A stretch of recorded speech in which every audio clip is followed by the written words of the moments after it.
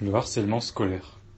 Dans un premier temps, nous définirons ce qu'est le harcèlement, puis nous proposerons des solutions concrètes pour lutter contre ce phénomène.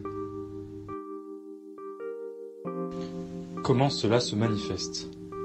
Par des attaques physiques, des coups, des injures, des insultes, mais aussi des menaces ou du chantage. Lorsque l'enfant est confronté trop souvent à ces phénomènes, on parle alors de harcèlement. Les trois caractéristiques du harcèlement en milieu scolaire sont tout d'abord un rapport de force entre un ou plusieurs élèves et une ou plusieurs victimes, l'isolement de la victime. La victime est souvent isolée, plus petite, faible physiquement et dans l'incapacité de se défendre. La répétitivité. Il s'agit d'agressions qui se répètent régulièrement durant une longue période. Le harcèlement se fonde sur le rejet de la différence et sur la stigmatisation de certaines caractéristiques, telles que la couleur de peau, la religion,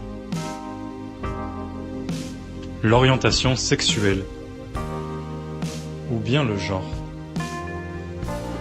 Encore trop souvent, les victimes se taisent par peur des représailles. Mais plus elles se taisent, plus le harcèlement s'aggrave. Si je suis victime d'attaque, je ne réponds pas et je ne reste pas isolé. Il est important d'en parler autour de vous pour que cela s'arrête. À un élève de votre classe, par exemple, un adulte, ou encore un CPE.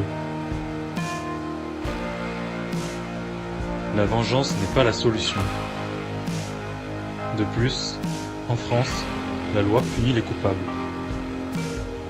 Ils encourent alors jusqu'à 2 ans de prison et 30 000 € d'amende.